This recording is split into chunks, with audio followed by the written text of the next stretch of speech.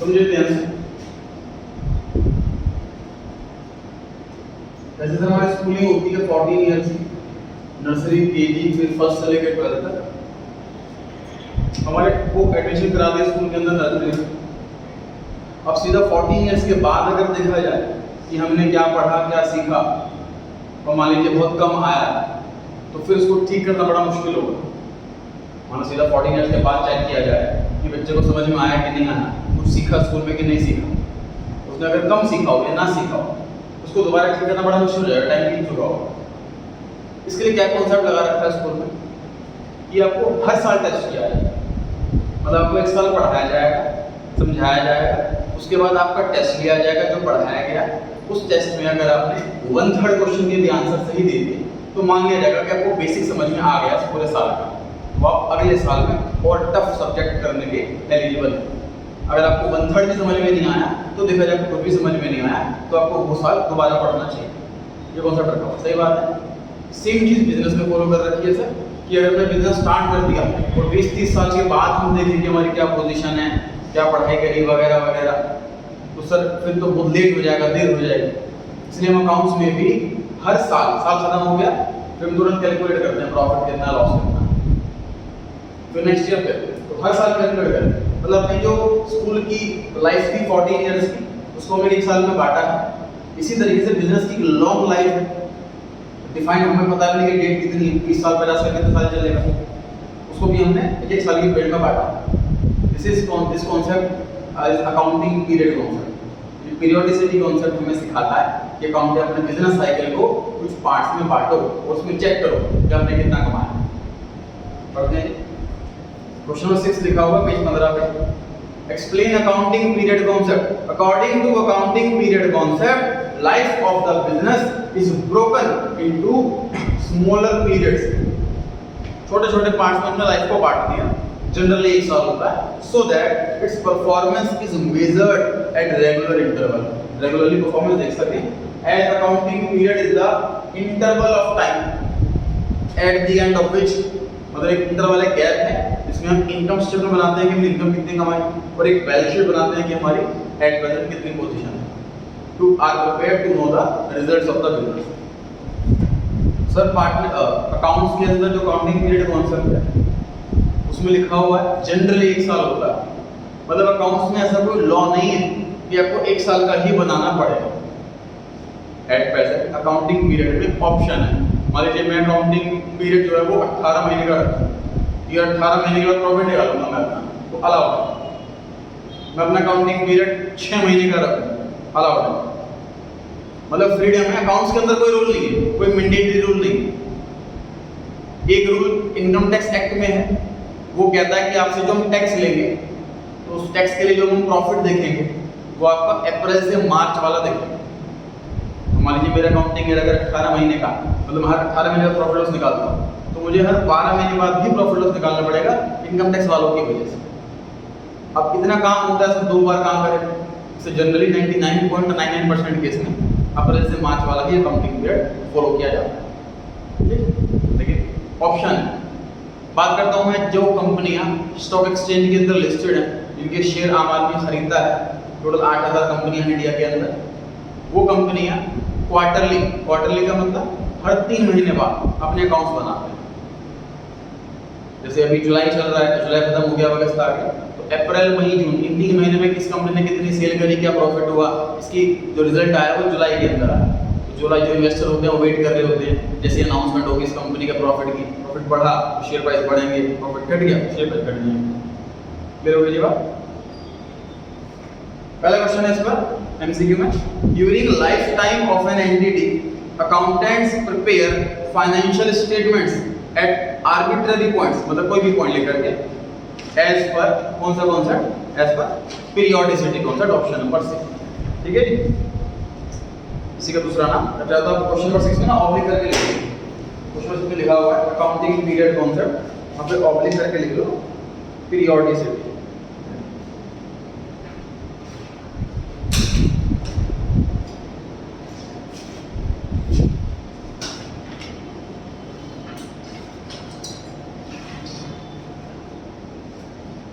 Question number 7, explain the conservative of prudence concept. इसके important mark कर ले।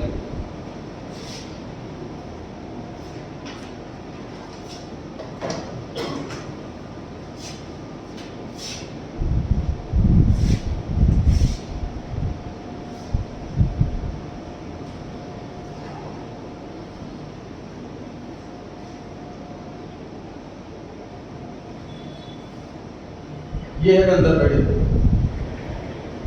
Sir conservative बहुत जनरल वर्ड भी हम आम लाइफ में यूज करते हैं। हम बड़े कंजर्वेटिव फैमिली से ऐसा बोलते हैं।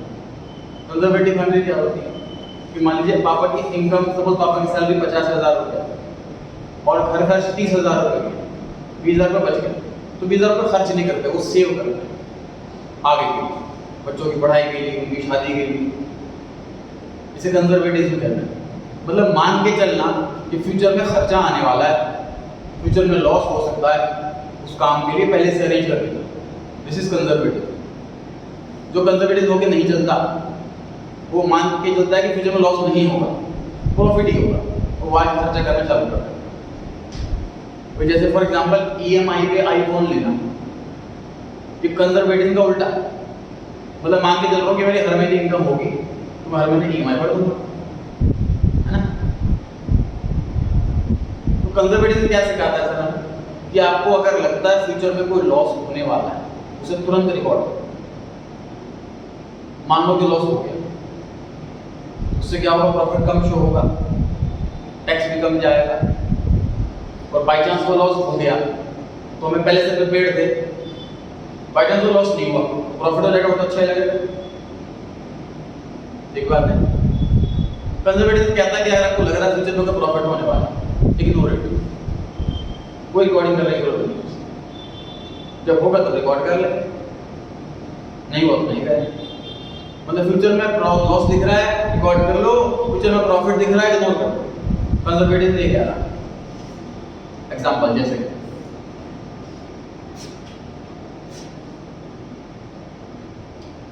डेटर सर वो जिनको धार सामान बेचा है, मान लीजिए 10 कस्टमर ऐसे हैं जिनको मैंने 1 लाख का सामान बेचा उधार।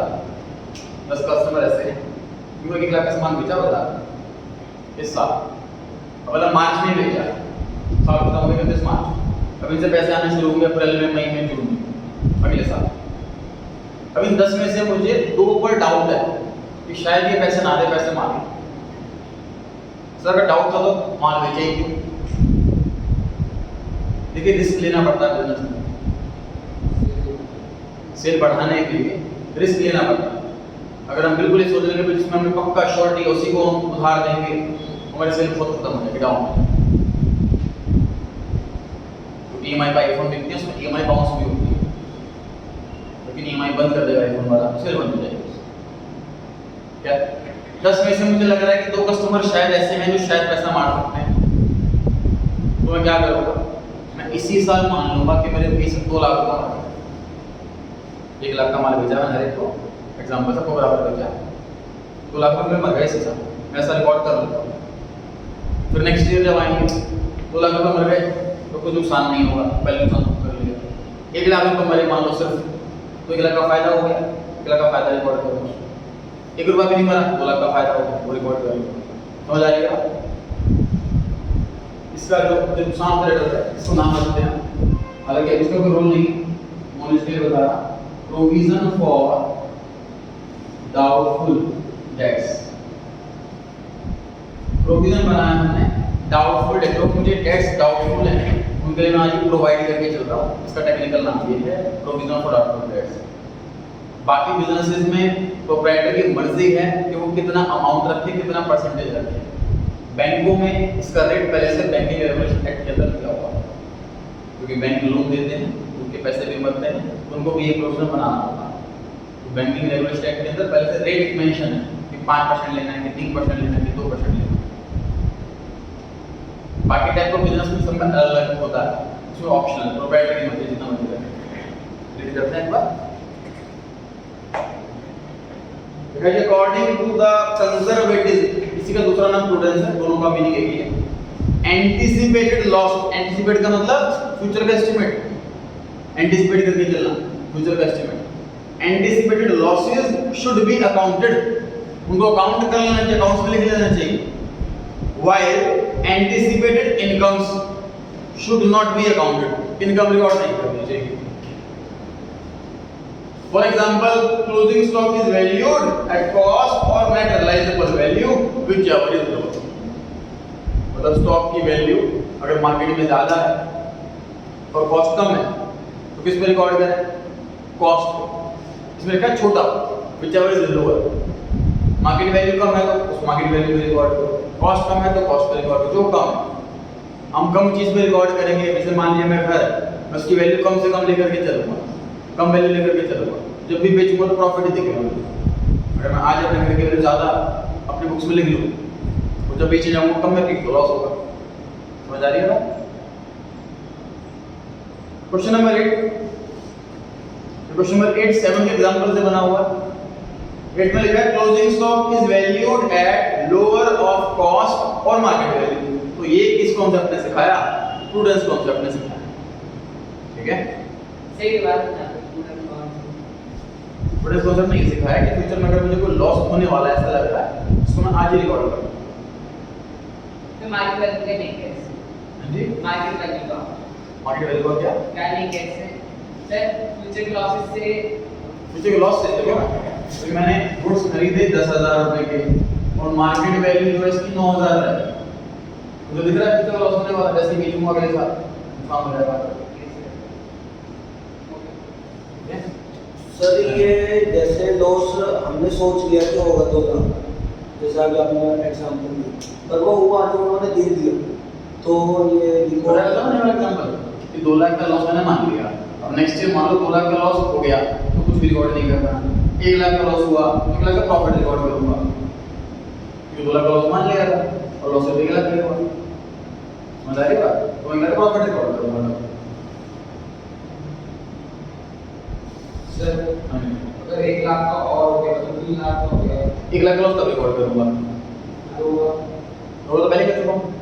और सर अगर लॉस हुआ ही 2 लाख का प्रॉफिट रिकॉर्ड करूंगा, और 10 लाख सारे लॉस हो गए, फिर 2 लाख लॉस कर चुका हूं, अभी 8 लाख लॉस तक कर लूंगा।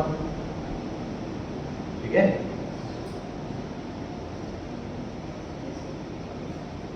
Question number 9, while preparing the accounts the accountant of the firm created the provision for doubtful debts at the rate 5% on debtors। ये तो बता दिया था एग्जांपल में, डेटर पे 5% का provision, assuming that some of the debtors may default कर सकता है डेटर, पेमेंट ना दे ऐसा हो सकता है। is he correct in doing so? क्या ये सही कर रहा है? give reason, तो आंसर है yes, due to prudence concept, according to the conservative anticipate करना लॉस को काउंटिंग की जाती है उसकी, जबकि एंटिसिपेट इनकम की रिकॉर्डिंग नहीं की जाती। ठीक है, फिर हो गई जवाब। 10 क्वेश्चन पर आ गए। Give the meaning of full disclosure concept. यहां से देखिए फुल डिस्क्लोजर कॉन्सेप्ट क्या सिखा रहा है, नाम से पता लग रहा है। डिस्क्लोज करना मतलब शो करना, बताना, फुल मतलब कंप्लीट, कोई चीज ना छूटे। सर कंपनी के अंदर शाम के टाइम हर एक एम्प्लॉय के लिए चाय आती है, तो महीने का बिल उसका 4-5 हज़ार रुपये बन जाता है, अमाउंट बहुत छोटा, लेकिन वो भी रिकॉर्ड करना। कुछ कस्टमर ऐसे होते हैं जो अच्छे कस्टमर होते हैं, जो हमें क्वांटिटी में ऑर्डर देते हैं, जब वो आते हैं तो उनको ब्रेकफास्ट कराया जाता है, लंच कराया जाता है, रिफ्रेशमेंट एक्सपेंस के नाम से रिकॉर्ड करते हैं।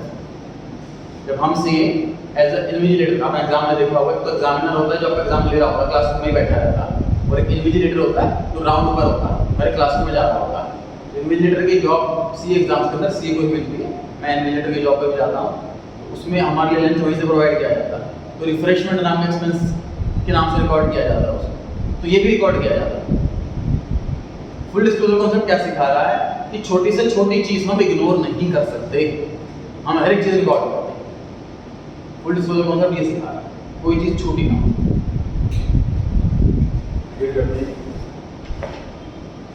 According to this concept, all important information relating to the economic affairs of the entity, मतलब transaction जो लेन देन जो हो रहा है, should be reported in the financial statement in an understandable manner, समझ में आ जाए।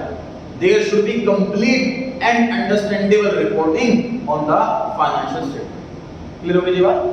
हम क्या सीख रहे हैं सर? हम कॉन्सेप्ट सीख रहे हैं। ऑडिट करते टाइम, किसी कंपनी अकाउंट्स चेक करते टाइम हमें इन सब चीजों का ध्यान रखना है कि जिस कंपनी की मैं अकाउंट्स चेक करने जा रहा हूं उसने फ्यूचर का लॉस तो रिकॉर्ड नहीं कर लिया, वो फ्यूचर का लॉस, फ्यूचर का प्रॉफिट रिकॉर्ड तो नहीं कर लिया, फ्यूचर का लॉस रिकॉर्ड करना तो नहीं भूल गया, कोई चीज छूटी तो नहीं है, फुल डिस्क्लोजर है कि नहीं है, साल कंप्लीट होने के बाद प्रॉफिट निकाला है कि नहीं निकाला, पीरियोडिसिटी कॉन्सेप्ट है कि नहीं, फिर अपनी ब्रांचें बेच तो नहीं रहा, कोई कंसर्न कॉन्सेप्ट रूल तो तोड़ तो नहीं रहा, जो मेथड अकाउंट्स का लास्ट ईयर फॉलो किया था सेम फॉलो करा है, कंसिस्टेंसी फॉलो करा है कि नहीं करा, उधार वाली सेल भी लिखी है कि नहीं लिखी, अप्रूवल फॉलो करा है कि नहीं करा, ये सब चीजें हमें सिखाई जा रही है हमें चेक करने के लिए।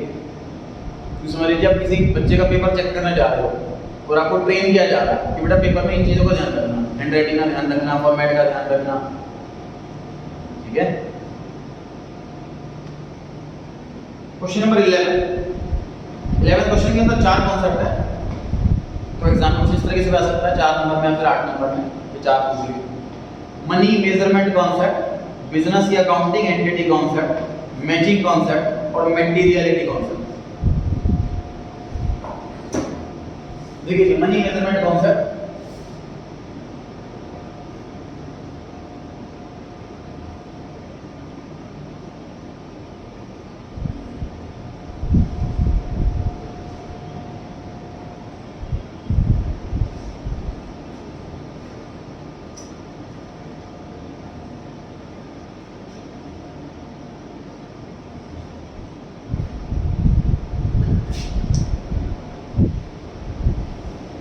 दो बातें सिखा दी इसके अंदर, क्या समझना? मनी मेजरमेंट कॉन्सेप्ट एक दो बातें कह रहा है। पहली बात ये कह रहा है कि जो चीज मनी में मेजर नहीं हो सकती उसे इग्नोर कर दो, वो हमारी जॉब है। जैसे एम्प्लॉइज की सर स्ट्राइक रही एक हफ्ता कोई काम नहीं हुआ फैक्ट्री के अंदर, कोई प्रोडक्शन नहीं हुई, कंपनी को भारी नुकसान हुआ इस वजह से, लेकिन ये नुकसान मनी में मेजर नहीं कर सकते, इग्नोर इट। फिर कंपनी का एक बहुत बढ़िया मैनेजर था, उसकी वजह से सेल बहुत बढ़िया टॉप की चली गई थी, उसने सैलरी बढ़ाने के लिए बॉस से बोला, बॉस ने मना कर दिया, उसने कंपनी चेंज कर ली, जॉब चेंज कर ली, कंपनी पर नया मैनेजर रखा तो कुछ भी नहीं हुआ, इस वजह से कंपनी को बहुत लॉस होगा, रिकॉर्ड नहीं कर सकते क्योंकि मनी भी मेजर नहीं हो सकता। मैं कहा ना रिकॉर्ड करके कोशिश करो, रिकॉर्ड करके करें, चाहो तो नहीं कर सकता रिकॉर्ड। भाई रिलायंस कंपनी में पैसे मान चला रहे हैं, उनको कुछ हो जाए तो जो भी इनकी जगह चलाने के लिए आए डेफिनेटली इतना अच्छा नहीं चला पाएगा, है ना, कंपनी को लॉस होगा, लेकिन डेफिनेटली रिकॉर्ड ही नहीं कर सकते। तो कुछ चीज़ें ऐसे हैं जो अकाउंट्स की लिमिटेशन में आती, जो अकाउंट्स के हाथ में नहीं रिकॉर्ड करना। सर हम कंपेयर करते हैं लास्ट ईयर के रिकॉर्ड से इंट्रा कंपैरिजन, सर तब उसमें नहीं कर सकते कि पहले हमारे फिर 1 लाख रुपीस की सर मैनेजर या प्रेसिडेंट सीईओ चेंज हो गया कंपनी का तो 80,000 रह गई सेल बस। सर इससे एक देखो हर मालो मैनेजर नहीं जाता तो आपको लगता है सेल बराबर ही रहती। यस सर, मालो मैनेजर नहीं जाता ये सेल बराबर ही रहती, नहीं ना। सेल प्रॉफिट ये ऐसी चीजें जो किसी भी ईयर फिक्स नहीं रहते, सेम रहती है, और हजारों फैक्टर होते हैं, एक फैक्टर नहीं होता। रशिया और यूक्रेन की लड़ाई हुई, उसमें ऑयल महंगा हो गया, ऑयल नहीं मिल पा रहा तो एशियन पेंट के शेयर गिर गए, उनको ऑयल चाहिए होता है बनाने के लिए रॉ मटेरियल, ऑयल महंगा हो गया, उनके शेयर के पैसे, जबकि कंपनी को बढ़िया चल रही है, अच्छी सेल हो रही है, एशियन पेंट की कोई कमी नहीं आ रही। तो 50 हजारों फैक्टर होते हैं कि कंपनी के प्राइस अप एंड डाउन करने में, ठीक है। तो किसी एक फैक्टर से हम कैलकुलेट नहीं कर सकते, मतलब पॉसिबल नहीं काउंट करना, कैलकुलेट करना पॉसिबल है, ठीक है। पहली चीज ये सीखाई। दूसरी चीज क्या सिखाई कि जो चीज मनी में मेजर हो सकती है उसको आप मनी में ही मेजर करोगे।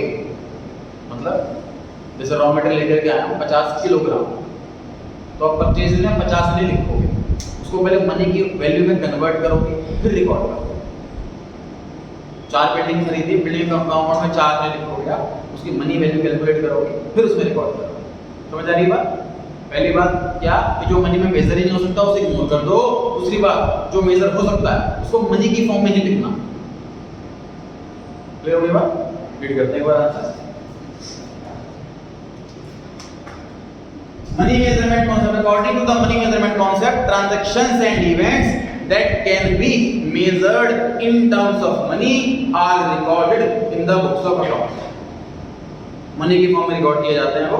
Money is the common denominator in recording and reporting transaction. तो मनी कॉमन इसको डिनोट करता है. मनी डिनोट करता है इससे. जैसे समझ लो स्कूल में परसेंटेज या ग्रेड डिनोट करती है स्टूडेंट को कि वो कितना इंटेलिजेंट है या नहीं, ये इंडिकेटर होता है समझ लो. तो ऐसे ही ये मनी डिनोट करती है, मेजर करने का तरीका. क्लियर हो गई बात? क्वेश्चन देखते हैं एमसीक्यूज का. पहला question, accounting does not record non financial transaction. क्योंकि कौन सा कॉन्सेप्ट कह रहा है? मनी मेजरमेंट कॉन्सेप्ट कह रहा है. Question number 2, which concept requires that those transaction which can be expressed in terms of money should be recorded. जो मनी की मेजर हो सके उसी को रिकॉर्ड करो. मनी मेजरमेंट कॉन्सेप्ट सही हो. थर्ड क्वेश्चन, ह्यूमन रिसोर्स को एम्प्लॉइज. सर रिलायंस जो है वो फेमस है इन्वेस्टर्स के लिए. मतलब जो पैसा रिलायंस के अंदर लगाता है उसको बहुत अच्छा प्रॉफिट होता है. बट रिलायंस जो है वो बदनाम है एज एन एम्प्लॉयर. मतलब अपने एम्प्लॉइज को अच्छा ट्रीट नहीं करता, अच्छा पे स्केल नहीं देता. इसके कंपैरिजन में इन्फोसिस कंपनी है, इंडिया की सेकंड लार्जेस्ट आईटी कंपनी है. वो कंपनी फेमस है एज एन एम्प्लॉयर कि वहाँ जो बंदा जॉब करता है उसकी बहुत जल्दी प्रमोशन होती है, बहुत ज़्यादा लर्निंग होती है, अच्छा पे स्केल होता है. तो कुछ चीज़ें रिकॉर्ड हो सकती है, कुछ चीज़ें रिकॉर्ड नहीं हो सकती. इसमें जो ये वाली चीज़ है एम्प्लॉयर वाली, ये सिर्फ ब्रांड इमेज ही है, ये रिकॉर्ड नहीं कर सकते हैं.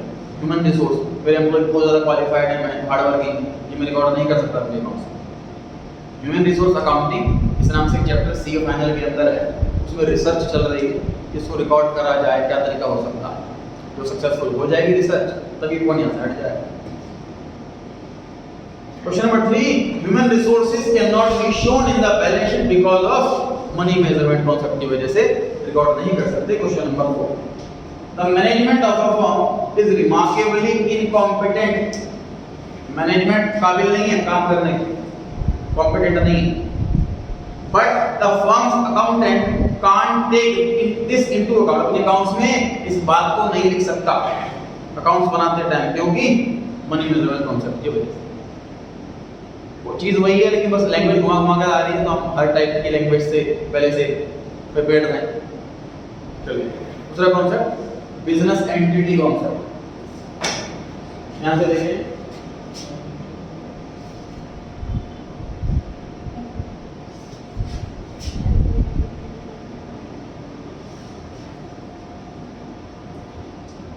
क्वेश्चन ऐसे लिखा हो कि Ram gives cash to Shyam, और हमसे पूछा जाए कि बताइए कैश इंक्रीज हो रहा है कि डिक्रीज हो रहा है. तो ऐसे केस में आपको क्रॉस क्वेश्चन करना चाहिए कि सर पहले ये बताओ कि हम अकाउंटेंट किसके. अगर हम राम के अकाउंटेंट हैं तो कैश डिक्रीज हो रहा है, अगर हम श्याम के अकाउंटेंट हैं तो कैश इंक्रीज हो रहा है. इससे सर क्या चीज़ सीखी हमने कि अकाउंटेंट यहाँ पर अलग आंसर आएगा, अकाउंटेंट का श्याम के पास अलग आंसर आएगा. सही बात है. इसी तरीके से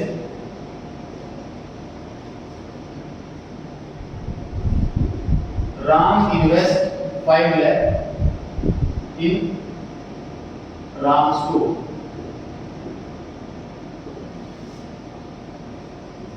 राम ने 5 लाख राम स्टोर में इन्वेस्ट किया. ऐसे इन्वेस्ट करने को हम कैपिटल बुलाते हैं. ये हम सीख चुके हैं वर्ड कैपिटल वर्ड, जो ओनर पैसा लगाता है बिजनेस के अंदर.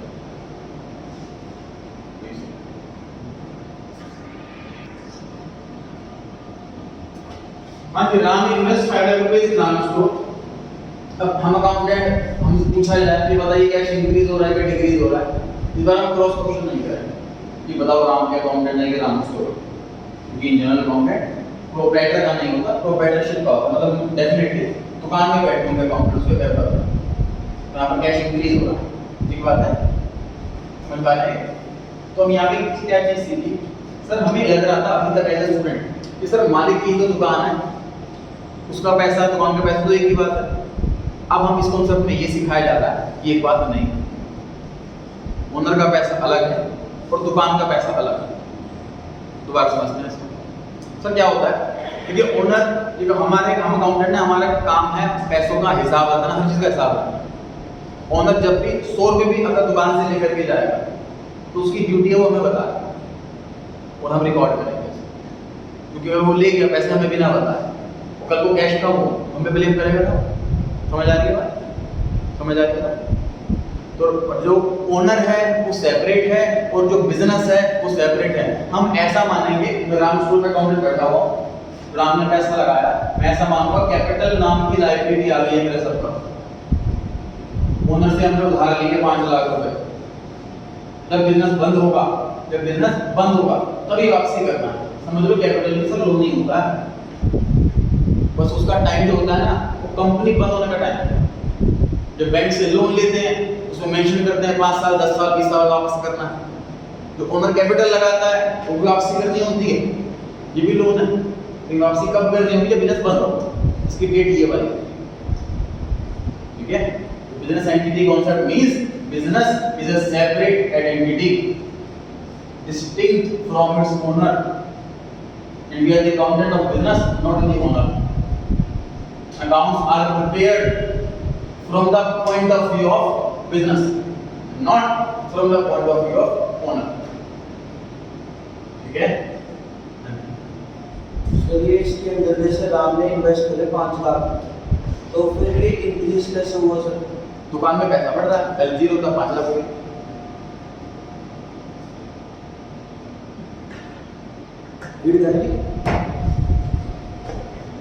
Question 1 number 2. According to business entity concept, company is distinct from its owner. Business transactions are recorded in the books of accounts from the business point of view and not from that of owners. Owners के point से नहीं, business के point से. That's why the capital of the owner is shown in the liability side of the balance sheet. Balance sheet सीखेंगे हम, last chapter है balance sheet वाला. उसमें लायबिलिटी के पास रखा जाता है कैपिटल को, क्योंकि हम मान के चल रहे हैं कि कैपिटल भी लायबिलिटी है, वापसी करनी है जब कंपनी बंद होगी। क्वेश्चन लिखते हैं इस पर। पहला क्वेश्चन देखें। Dash is the basic idea that business is separate from the owner, entity concept. Second question, owner of the company included his personal medical expense in the companies income statement. Indicate करो कौन सा principal तोड़ा उसने entity principal तोड़ा है कि अपने personal खर्चे बिजनेस के खर्चों में कैसे लिख रहा है। बिजनेस ओनर अलग है, बिजनेस अलग है, ठीक है। Third question, recording of capital contributed by the owner is liability ensures adherence of the principle. मतलब जो ओनर कैपिटल लगा है उसको हम लायबिलिटी ही मानते हैं कि कौन सा कॉन्सेप्ट फॉलो करना है, बेसिकली हम बिजनेस एंटिटी कॉन्सेप्ट फॉलो करना है। Fourth question, the proprietor of a business is treated as a creditor for capital introduced by। creditor कौन सा उधार सामान लेते हैं, मतलब कर्जा हो गया हम पर, तो इसको भी हम कर्जा ही मानते हैं बिजनेस एंटिटी कॉन्सेप्ट की वजह से। Question number 5, according to which concept the owner of an enterprise pays the interest on drawings। समझते क्या चीज है? एक बार ड्राइंग पर दोबारा देखते हैं।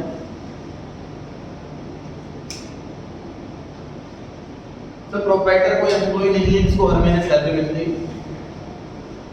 एम्प्लॉय को हर महीने कितना को सैलरी मिल जाती है, वो सैलरी अपने घर पे जाके रख लेता है, और जब भी पैसे चाहिए वो घर से उसमें पैसे निकालता है थोड़ा करके, एंड सारी सैलरी खत्म हो जाती है, ऐसा होता है। प्रोप्राइटर सोचता है कि पहले भी पैसे निकालो, पैसा मेरे इसमें लगा रहा है, अच्छा है, मुझे जरूरत पैसे की होगी तब लगाओ बिजनेस से, तो कभी 2,000 कभी 5,000 कभी 10,000 ऐसे वो पैसा निकालता रहता है। अगेन सर हम अकाउंटेंट है, हमें इसका भी हिसाब रखना पड़ेगा, तो उसके लिए हम ड्राइंग्स वर्ड इस्तेमाल करते हैं। ड्रॉ मतलब निकालना, आईएनजी लगा रहता है क्योंकि वो कॉन्टिन्यूसली पैसा निकालता रहता है। तो मतलब सर जब भी ओनर दुकान में पैसा लगाएगा तो हम कैपिटल बोलेंगे, जब वो दुकान से पैसा निकालेगा तो उसको ड्राइंग्स बोलेंगे। क्लियर हो गई बात? ठीक बात है। अब ध्यान से देखो सर, जो ओनर है उसका खुद का बिजनेस है, वो जितना मर्जी ड्राइंग करे उसे कोई बोलने वाला तो नहीं, कोई रोक टोक लगाने वाला नहीं, जितना माल बिका सारा पैसा वो घर ले जाए, उसको पर्सनल खर्चे कर ले, घुमाए, जो मर्जी कर ले, उसका कोई रोक टोक नहीं है उस पर। ऐसे में क्या होगा, ध्यान से सुनना। हम अकाउंटेंट बैठे हुए हैं, ओनर आकर के कहता है कि यार मैं बहुत खुला हाथ खर्च करने लग गया, जैसे ही पैसा थोड़ा बहुत आता है मैं उसको घर खर्च में इस्तेमाल कर लेता हूँ, घूम फिर आता हूँ, नया फोन चेंज कर लिया वगैरह वगैरह। मैं चाहता हूँ कि मेरे पे कंट्रोल रहे, इसलिए काम क्या कर, हम अकाउंटेंट में कह रहा बॉस, हम एक काम क्या कर कि जब भी मैं पैसा विड्रॉ करूँ मुझ पर इंटरेस्ट चार्ज कर, तो उससे क्या होगा, मुझे ऐसा फील आएगा जब भी मैं पैसे निकालूंगा मैं लोन ले रहा हूँ, ऐसा फील आएगा। दोबारा समझाओ, फिर 10 लाख रुपए मैंने कैपिटल लगा रखी है, उसको उस पर हमने मशीन खरीद ली, बिल्डिंग खरीद ली, कोर्स खरीद लिया वगैरह वगैरह। अब उससे माल बिक रहा है, पैसा आ रहा है, माल बिक रहा है, पैसा आ रहा है, प्रॉफिट भी हो रहा है वगैरह वगैरह। अब घर खर्च के तो मुझे पैसा चाहिए थोड़ा थोड़ा, मैं एक्स्ट्रा पैसा ना निकाल लूँ, तो बिजनेस ओनर अकाउंटेंट से कह रहा है कि जब भी पैसा निकालूँ मैं उस पर इंटरेस्ट चार्ज कर, उससे मुझे ऐसा फील आएगा कि मैं लोन ले रहा हूँ, उससे मैं कम पैसा निकालता हूँ, शायद जरूरी होगा तो ही निकालूँ। ठीक है, तो this is interest on drawings, यहाँ पे जो वर्ड लिखा हुआ है इंटरेस्ट ऑन ड्राइंग। तो हम ड्राइंग्स पे इंटरेस्ट चार्ज कर रहे हैं, इसका मतलब हम ओनर को अलग मान रहे हैं, तभी उससे इंटरेस्ट चार्ज कर रहे हैं। ठीक है, question number 6, business enterprise separate identity होती है ओनर से, अकाउंटेंट को ट्रीट करना चाहिए बिजनेस को ओनर से अलग। This concept is known as, कौन से कॉन्सेप्ट ने सिखाया ये, सी ऑप्शन, एंटिटी कॉन्सेप्ट ने सिखाया। 7th क्वेश्चन, प्रोप्राइटर के पर्सनल ट्रैवलिंग एक्सपेंस को नहीं चार्ज किया जाता बिजनेस के अकाउंट्स में, कौन सा कॉन्सेप्ट सिखाता है ये, entity concept. 8th question, proprietor होता है जो ओनर होता है उसको एज अ ट्रेडर मानते हैं, आउटसाइडर मानते हैं, क्योंकि एंटिटी कॉन्सेप्ट। क्लियर हो गई ये बात?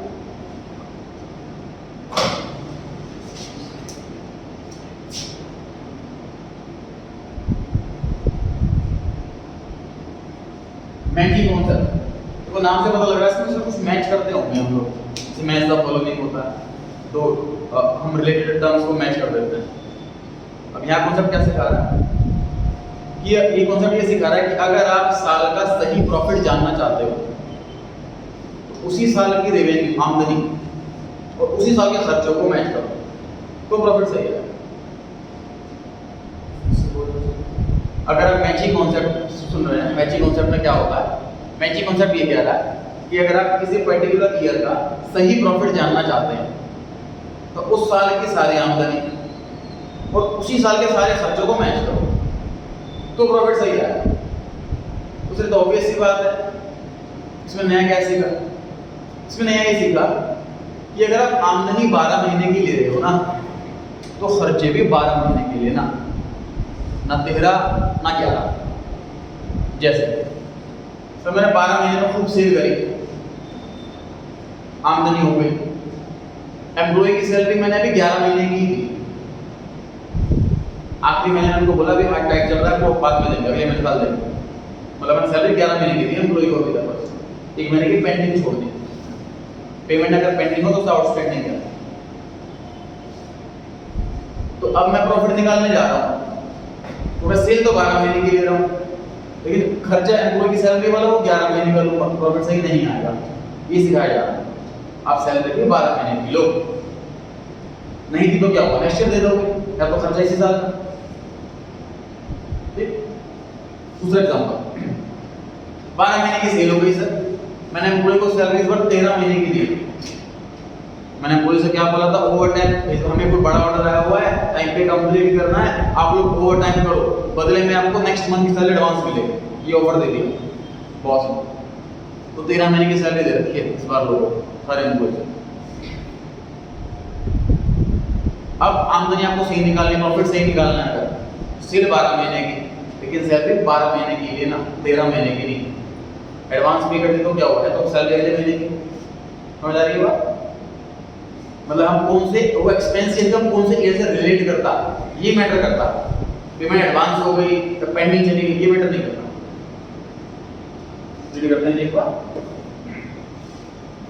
According to the matching concept it determines the net income from business. Net income कितना कमाया हमने, all cost which are applicable to the revenue, जो भी खर्चे रेवेन्यू से एप्लीकेबल हैं of the period should be charge against that revenue, आमदनी से वो चार्ज करो। According to the matching concept cost incurred to earn revenue should be recognised as an expense. Expense मान लो इसको, in the period where revenue is recognised as earn, मतलब जिस period में आप वही आमदनी अर्न कर ली मान रहे हो, उसी पीरियड में उसको खर्चा मानो। The main objective should determine profit periodically, हर पीरियड वाइज प्रॉफिट निकाल सके हम, मेन पर्पस ये है। It is necessary to match revenue of the period with the expense of that period, जरूरी है हम रेवेन्यू को एक्सपेंस से मैच करें टू डिटरमाइन करेक्ट प्रॉफिट और लॉस। हर खर्चे से एग्जांपल मैंने आपको दिया था डेप्रिसिएशन का, डेप्रिसिएशन एग्जांपल बता रहा था। जैसे 10 लाख की मैंने मशीन खरीदी, वो 10 लाख की आज है, कुछ साल बाद नहीं रहेगी, तो एक एस्टीमेट लगाया जाता है कि कितने साल चलेगी। एस्टीमेट लगाना हम अकाउंटेंट का काम नहीं है, हम बॉस से पूछेंगे, वो बताएगा। वो कहता है 10 साल चल जाएगा, तो लगभग 1 लाख रुपए की हर साल घिस रही है, कम हो रही है, नुकसान हो रहा है। सही बात है। 10 साल तक से कमाई भी करेंगे हम, मशीन का कुछ भी बनाएंगे, तो देखो 10 साल में आमदनी है, 10 साल में इसका खर्चा है, मैच हो रहा है, हो रहा है मैचिंग कॉन्सेप्ट। 10 लाख का खर्चा मैं इसी साल मान लूं पूरा का पूरा मशीन खरीदने का, लेकिन आमदनी तो उससे कई साल तक होगी, तो गलत हो जाएगा। डेप्रिसिएशन भी एक मैचिंग कॉन्सेप्ट का ही आउटकम है, डेप्रिसिएशन लगाते हैं क्योंकि मैचिंग कॉन्सेप्ट कहता है एक्सपेंस को भी बांटो कम के हिसाब से, ठीक है। क्वेश्चन देखते हैं कि मैचिंग कॉन्सेप्ट का पहला question, which is the accounting concept that requires the practice of crediting closing stock in the trading account। तो जो कॉन्सेप्ट क्या है closing stock trading account,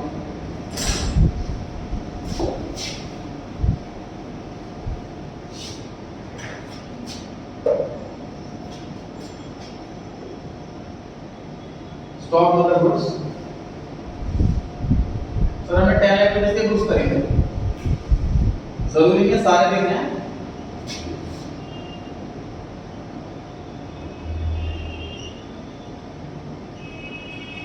दस लाख में से 9 लाख वाला स्टॉक तो बिक गया, 1 लाख वाला बचा हुआ।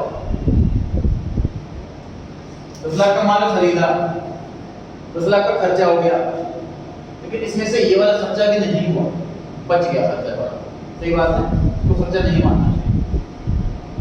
ट्रेडिंग अकाउंट का सेकंड लास्ट चैप्टर है हमारे बुक में, दिसंबर के मंथ में सीख लीजिए, उस पर ज़्यादा डिटेल में नहीं जाऊंगा मैं। ट्रेडिंग अकाउंट क्या होता है, क्रेडिट साइड में नेगेटिव एक्सपेंस या इनकम लिखी जाती है, तो ये 1 लाख रुपए ये हमारे खर्च नहीं हुए आउट ऑफ 10 लाख, इसलिए उसे क्रेडिट साइड में लिखा जाता है। तो मैचिंग कॉन्सेप्ट भी तो होगा, मैचिंग कॉन्सेप्ट नहीं होता 10 लाख का पूरा खर्चा मान लेता, लेकिन माल तो 9 लाख का बिका रहा था उस चीज को। तो 9 लाख का माल, सपोज मेरा सेलिंग प्राइस इसमें 9,50,000 है, सपोज सेलिंग प्राइस 50,000 का प्रॉफिट है, लेकिन अगर मैं 10 लाख का पूरा खर्चा लिख लूं और फिर सेल लिख दूं और कंपेयर करूं तो 50,000 का लॉस दिखेगा फिर, है ना। मैचिंग में क्या कर रहा हूं मैं, जितनी आमदनी ले लो प्रोपोर्शनल उतने एक्सपेंस लो। 10 लाख में से 1 लाख एक्सपेंस तो हुए नहीं इस साल, तो कहीं नहीं वाला तो सिर्फ 9 लाख वाले एक्सपेंस लूंगा और 9 लाख की सेल लूंगा, फिर कंपेयर करूंगा और फिर 50,000 बिल्कुल सही तरीके से आ जाएगा। तो closing stock account trading account credit में लिख देते हैं क्योंकि वो खर्च नहीं होगा, ठीक है। Second question, the underlying accounting principle necessitating amortisation of intangible assets, देखो ये क्या चीज है।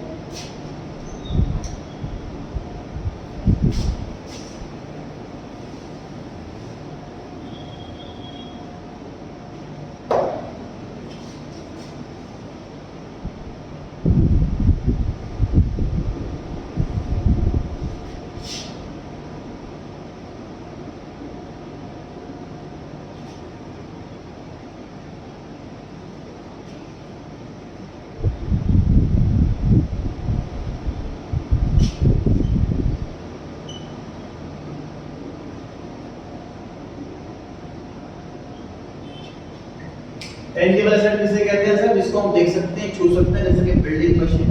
इंटेंजिबल एसेट किसे कहते हैं, जिसे देख नहीं सकते, छू नहीं सकते, जैसे कि goodwill, patent, software, copyright, trademark, ठीक है। इसकी भी लाइफ लिमिटेड होती है, इसकी भी लाइफ लिमिटेड होती है। जब इसकी लाइफ को हम टुकड़ों में बांटना है, जैसे ये मैंने बांट के दिखाया था 10 लाख को, 1 लाख का खर्चा हर साल, इसको डेप्रिसिएशन वर्ड बोलते हैं। और यही इंटेंजिबल एसेट के साथ किया जाए उसे अमोर्टाइजेशन वर्ड बोलते हैं। मतलब डेप्रिसिएशन बोलो, अमोर्टाइजेशन बोलो, एक ही बात है। उस अमोर्टाइजेशन वर्ड हम इंटेंजिबल वैल्यू का इस्तेमाल करते हैं। एग्जांपल समझते हैं। सर हम जिस कंपनी में अकाउंटेंट हैं वो मशीनरी बनाती है, तो हमारी कंपनी के बॉस को पता लगा कि किसी इंजीनियर ने कोई नई मशीन इन्वेंट करी है, क्योंकि लग रहा है हमारे बॉस को बहुत टॉप की मशीन चलेगी, बहुत नई टेक्नोलॉजी। तो हमारे बॉस ने उस पर्सन को जो है 5 करोड़ रुपए दे दिए और कहा 5 साल के लिए राइट हमारा होगा, 5 साल तक ये मशीन हम बनाएंगे, हमारी कंपनी बनाएंगे। तो इस 5 करोड़ रुपए जो हमने खर्च करें, इससे हमारी आमदनी तो 5 साल तक होगी। जब इनकम 5 साल में बढ़ रही है, खर्चे को 5 साल में बांटना चाहिए। मतलब 5 करोड़ का खर्चा अभी मत मानो, 1 करोड़ का खर्चा 5 साल तक मानो। समझ आ रही है बात? इसको हम इंटेंजिबल एसेट को अमोर्टाइजेशन बोलते हैं। ठीक है, समझ आ रही है बात? टुकड़ों में बांटना है, बड़े खर्चे मैचिंग मेथड की वजह से हो रहा है।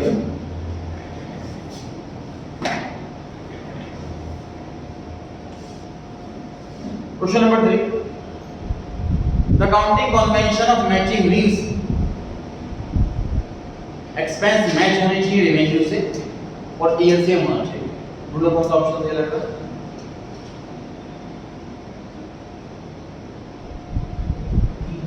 The last वाला option, expense of one period to be matched against the revenue of the same period। सही है? सही है। जिस साल का एक्सपेंस हो उसी साल के इनकम से आपको मैच करना है। तो एक्सपेंस मैच हो रहा है रेवेन्यू से, ये बात सही लिखी है। जिस साल एक्सपेंस हो और सेम पीरियड, ईयर सेम हो और एक्सपेंस रेवेन्यू से मैच हो।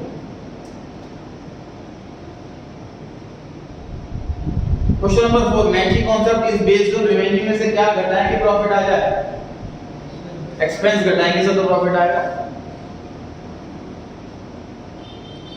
फिफ्थ क्वेश्चन, मैचिंग कॉन्सेप्ट का मतलब क्या है इन चारों में से। लास्ट वाला option, expenses should be matched with the revenue of that period. Revenue से एक्सपेंस मैच होना चाहिए। क्लियर हो गई ये बात? लास्ट पढ़ रहे हैं जी मटेरियलिटी कॉन्सेप्ट। मटेरियलिटी कॉन्सेप्ट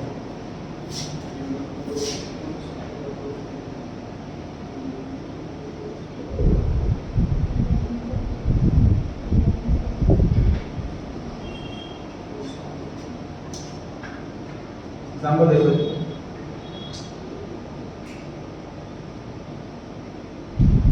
एक वर्ड इस्तेमाल करते हैं इमैटेरियल, मतलब काम का नहीं, बेकार।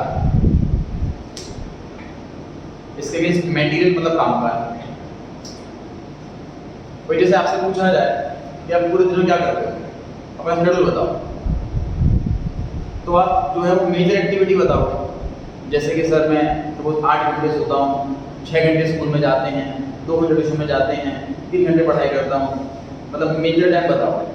आप छोटे मोटे टाइम नहीं बताओगे, जैसे सर 5 मिनट ब्रश करने में लगते हैं। समझ आ रही है बात? ऐसे टाइम नहीं लोगे जो मटेरियल नहीं, काम की नहीं। उसका एग्जांपल सुनो। सर मैं एक इन्वेस्टर हूँ, मुझे 2 कंपनियों के बीच में कंपैरिजन कर रहा हूँ, किसमें इन्वेस्ट करूँ। दोनों कंपनी अच्छी लग रही है, तो दोनों कंपनी के अकाउंट्स देख रहा हूँ। अकाउंट देखते टाइम में देख रहा हूँ क्या क्या कंपनी के अंदर क्या क्या चीज़ें हैं। उन्होंने लिखा हुआ है कि 10 कैलकुलेटर है, 17 पेंसिल है, स्केल है 5, ऐसी चीजें लिखी हुई है, तो बेकार है मेरे लिए। मुझे क्या चीज देखनी, बिल्डिंग कितने करोड़ की है, मशीन कितने करोड़ की है। समझ आ रही है बात? मुझे ये चीज देखनी, तो बेकार की चीजें नहीं होनी चाहिए, काम की चीजें होनी चाहिए। तो मेंटलिटी कॉन्सेप्ट ये सिखा रहा है कि जब अपने अकाउंट्स बनाओ आप, उसमें काम की चीजें दिखें इन्वेस्टर।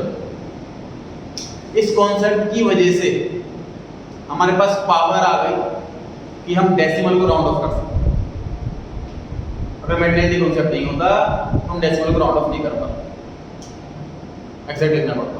हमारे पास पावर है सर, डेसिमल कोई मैटर नहीं करता किसी के लिए। करोड़, कितने करोड़ सेल है, डेसिमल 60 पैसे है, जब राउंड ऑफ 1 रुपया कर दूंगा तो किसी को फर्क नहीं पड़ेगा, मेंटलिटी कॉन्सेप्ट की वजह से राउंड ऑफ कर सकते हैं। क्लियर होगी बात?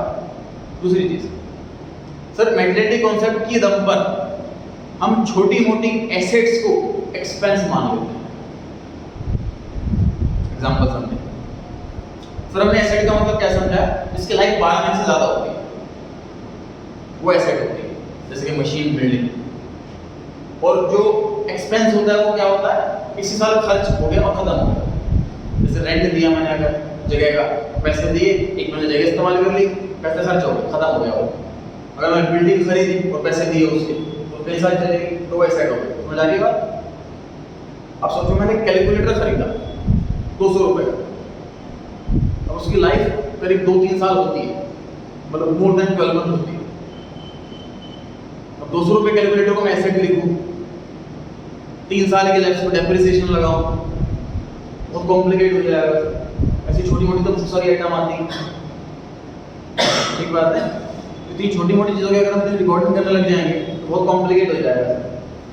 इसलिए कंपनी को छूट है कि जो छोटे अमाउंट की एसेट्स हैं उसको तुरंत एक्सपेंस मान लो। मतलब ऐसा मान लो कैलकुलेटर खर्च हो गया, 200 रुपये दिए, खर्चा हो गया मेरा इसी साल में, उसमें मैं एसेट मानूंगा ही, भले वो 3 साल 4 साल जाए। अब जैसे टूल किट आती है, टूल किट मशीनरी वगैरह में अगर काम है तो उसमें काम पड़ता है, क्लास हो गया, ऐसी चीज़ें हो गई। अब ऐसी चीज़ें लाइफ तो अच्छी खासी होती है, 10-15 साल निकाल देती है, उनको मैं एसेट मानूंगा, डेप्रिसिएशन लगाऊंगा तो बहुत कॉम्प्लिकेट हो जाएगा, उनको एक्सपेंस मान लो। मटेरियल कॉन्सेप्ट की पावर देता है हमें, छोटे अमाउंट की एसेट को एक्सपेंस मान लो। मटेरियल कॉन्सेप्ट की पावर देता है हमें कि डेसिमल को इग्नोर कर दो। तो मटेरियल है काम की चीज़ें, इंपॉर्टेंट फैक्ट्स हैं, वो शो हो इन्वेस्टर। ठीक है, पढ़ते हैं एक बार। सर जैसे हमने कोई मशीन खरीदी सर काम करने, अगर उसके अंदर कोई खराबी आ गई और 500 रुपये में वो रिपेयर हो, तो सर 500 रुपये ज़्यादा नहीं है, क्या हम ये चीज़ रिकॉर्ड करेंगे? तो पता क्या है, देखो फुल डिस्क्लोजर खुद पढ़ा था हमने, फुल डिस्क्लोजर उसमें क्या सिखाया गया था कि पूरी चीज रिकॉर्ड करनी है, फुल डिस्क्लोज करना, कुछ नहीं छोड़ना, है ना। और मेटेरियलिटी क्या कह रहा है, काम की चीजें, दोनों कॉन्ट्रडिक्ट कर रहे हैं ना, दोनों अलग अलग बातें कह रहे हैं। तो ध्यान से सुनो, अब दोनों को हमें साथ लेके चलना। मेटेरियलिटी कॉन्सेप्ट ये नहीं कह रहा कि छोटी मोटी आइटम है तो इग्नोर करो, रिकॉर्ड ही मत करो, नहीं, ये नहीं कह रहा।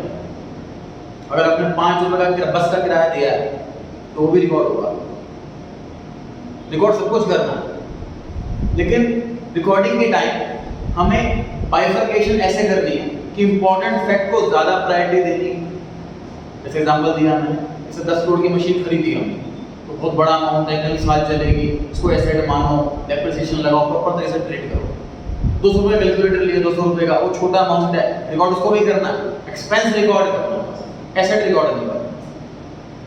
उनका एग्जांपल का क्वेश्चन था कि 500 रुपये रिपेयरिंग के दिए, छोटा अमाउंट, ऐसा रिकॉर्ड ही ना करें तो नहीं। मटेरियल कॉन्सेप्ट ये नहीं कह रहा रिकॉर्ड ही करो, रिकॉर्ड करो, एक्सपेंस रिकॉर्ड करो, उसको एक्सपेंस करो, ठीक है।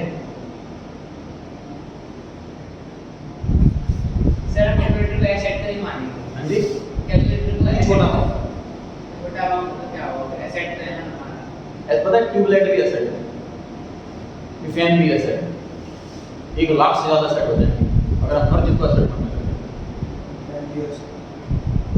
फैन की तो लाइफ नहीं होती कर 12 महीने से ऊपर, एसेट तो है नहीं, एसेट उसी को बोलते हैं। चैप्टर 2 में सिखाया था मैंने, आपको नहीं पता, इसलिए जिसकी लाइफ मोर देन 12 मंथ होती है उसी को एसेट बोलते हैं। इसी तो है क्योंकि लार्ज अमाउंट ऐसा ना। देखो पता है क्या सर, मान लीजिए आपके घर में शादी और आपसे पूछा जाए कि 10 लाख का बजट है, आपका कहाँ खर्च करोगे, तो आप बताओगे सर मैं 2 लाख का ज्वेलरी लाऊंगा, 4 लाख रुपए शादी पार्टी की दावत है उसमें लगेंगे, और 1 लाख के कपड़े आ जाएंगे, मतलब मेजर अमाउंट बताओगे ना।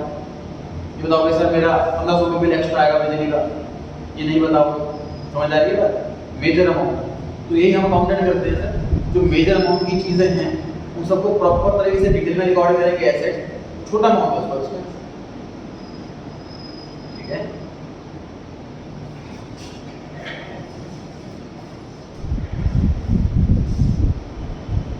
Matching concept, materiality principle refers to the relative importance of an item. उसकी पर्टिकुलर उसी आइटम की इंपॉर्टेंस देखो, whether an item is material और नॉट, काम की है कि नहीं है, will depend on its nature and amount. Nature मतलब एसेट है, लायबिलिटी, एक्सपेंस है, क्या है, और अमाउंट कितना है। It is a matter of judgement, मतलब यहाँ पे लिख दिया कि भैया लॉ में कुछ नहीं लिखा हुआ कि 5000 रुपए अमाउंट है, उससे छोटा एक्सपेंस तो बड़ा एसेट, लॉ में कुछ नहीं लिखा हुआ। 500 रुपए भी बड़ा अमाउंट हो सकता है किसी के लिए, किसी के लिए 5000 भी छोटा अमाउंट हो सकता है। जजमेंट का मैटर, अकाउंटेंट की मर्जी, ओनर की मर्जी। Only those items should be disclosed that have significant effect or are relevant to user. काम की चीजें उस पे मैटर करो, छोटी चीजें इग्नोर करो। सिंपल सी बात सर, आपकी टीचर भी अगर साल के एंड में आपको आपके पेरेंट्स को कम्युनिकेट कर रही है आपका परफॉर्मेंस पूरे साल की, तो भी मेजर आइटम बोलेगी कि टेस्ट मिस करता है या क्लास में एब्सेंट रहता है या इसके फॉर्मेट कैलकुलेशन में गलती होती है, मेजर चीजें बोलेगी। सर इसने मतलब एक क्वेश्चन में एक लाइन कम लिखी थी, इसको 5 मार्क्स के लिए इसने 2 लाइनें कम लिखी हैं। मतलब ऐसी छोटी जो मटेरियल नहीं काम की वो चीज़ रिफॉर्म नहीं की जाएगी, समझ रहे हो बात को?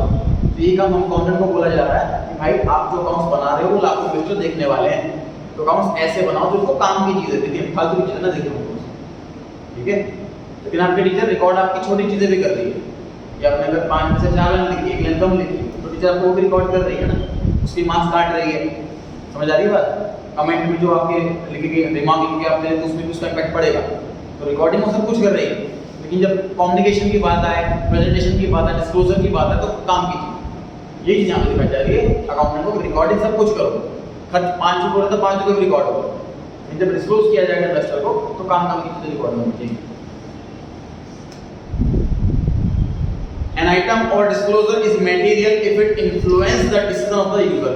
सर पता कैसे लगेगा कि चीज बड़ी है कि नहीं है? आपको लग रहा है इस वजह से हमारा डिसीजन बदल सकता है, वो आइटम बड़ी होती है।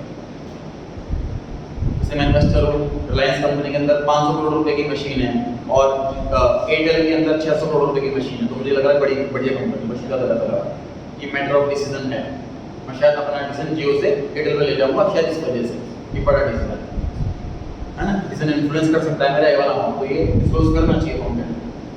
अगर छोटे अमाउंट पर आपने सर रिलायंस जियो में 15 कैलकुलेटर है और एयरटेल में 12 कैलकुलेटर है, तो ये मेरे लिए मैटर नहीं करता है ना, मैं से डिसीजन चेंज नहीं करूंगा जो डिसीजन को इन्फ्लुएंस करे। क्वेश्चन नंबर 12 में लिखा हुआ है explain the principle of matching revenue with concept, revenue with cost, तो सेम आंसर है मैचिंग कॉन्सेप्ट वाला। पेपर क्वेश्चन में ऐसा लिखा होता है मैचिंग विद कॉस्ट, इसको एक्सप्लेन करो, तो मैचिंग कॉन्सेप्ट की बात हो रही है इसके अंदर।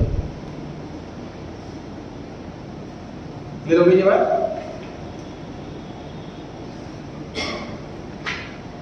कॉन्सेप्ट्स हमने अकाउंट के सारे कर लिए हैं इस चैप्टर के। अब 2 टॉपिक बचे हुए चैप्टर के अंदर, अकाउंटिंग स्टैंडर्ड्स और आईएफआरएस की नेक्स्ट क्लास में करेंगे। कितना पता है, रिवाइज करके